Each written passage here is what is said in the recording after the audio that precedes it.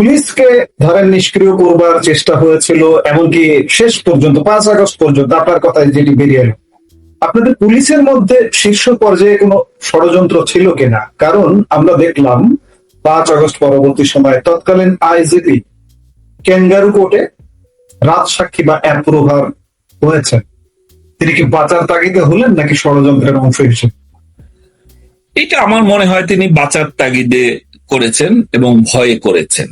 ওই ভয় করেছেন, কারণ হলো তার মানে কনফেশনাল স্টেটমেন্ট যেটা, অর্থাৎ রাজসাক্ষীর যে জবানবন্দি, যেটা তো পত্রিকায় প্রকাশিত হয়েছে, সেটা যদি সঠিক হয়ে থাকে, এখানে দেখুন আমি একটা জায়গায় আছে যে তাকে স্বরাষ্ট্রমন্ত্রী ফোন করে বলেছে যে এটা মানে কি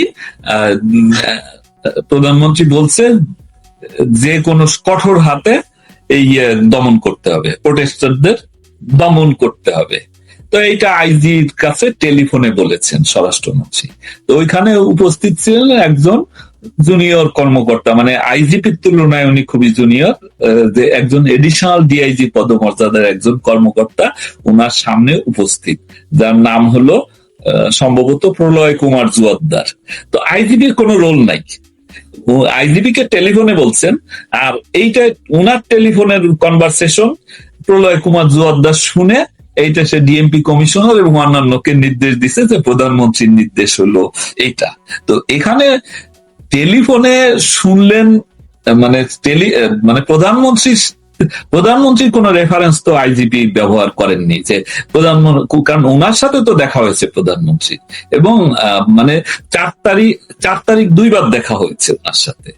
তারপরে 4 তারিখের আগে মানে ওই দিন ছিল সম্ভবত 3 তারিখ শনিবার উনি দেখা করেছেন, এবং দেখা করার সময় আমিও সাথে ছিলাম। তো এই সমস্ত জায়গায়, কোন জায়গায়, বা তার আগেও তো বারবার উনি দেখা করেছেন, কোন জায়গায় উনাকে বলেন নাই প্রধানমন্ত্রী যে শক্তি প্রয়োগ কর বা কঠোর হাতে এই আন্দোলন দমন করতে হবে, কঠোর হাতে নৈরাজ্য দমন করতে হবে বা গুলি করতে হবে। এইটা উনাকে কোনো নির্দেশনা দেন নাই। উনাকে নির্দেশনা দিয়েছেন কে? মানে স্বরাষ্ট্রমন্ত্রী প্রধানমন্ত্রীর রেফারেন্স ব্যবহার করে উনাকে বলেছেন, আর উনার টেলিফোনের কনভারসেশন সামনে যে দাঁড়ানো ছিল প্রলয় কুমার জুয়াদ্দার, সে শুনে উনার এন্ডোর্সমেন্ট ছাড়া সে বলে দিয়েছে যে প্রধানমন্ত্রী স্বরাষ্ট্রমন্ত্রীর মাধ্যমে আইজিপি সাহেবকে বলেছেন এই। তো এইটা কি, মানে এটা কোনো কনফেশনাল স্টেটমেন্ট যেটার উপর ভিত্তি করে সাজা দেওয়া যায়?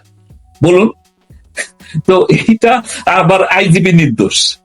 আইজিপি যদি এন্ডোর্স না করেন, তার সামনে দাঁড়িয়ে এডিশনাল ডিআইজি কিভাবে অন্যদেরকে নির্দেশনা দিবে? যে তার মানে উনি বলেছেন যে দেখো এই নির্দেশনা আসছে, তুমি এইটা পাস করো। উনি কিন্তু ওই জিনিসটাও এড়িয়ে গেছেন। এইভাবে পদে পদে অনেক জায়গায় অপ্রাসঙ্গিক কথা আছে, তারপরে কিছু আছে একেবারে মিথ্যা কথা, যেমন 4 তারিখ রাতের বেলা যে মিটিং, সেখানে বলেছেন যে শ্রদ্ধেয় শেখ রেহানা, তারপর সালমান এফ রহমান, স্বরাষ্ট্রমন্ত্রী, আইনমন্ত্রী, তারা ওই মিটিং উপস্থিত ছিল। এটা একেবারে পিওরলি মিথ্যা কথা, ডাহা মিথ্যা কথা।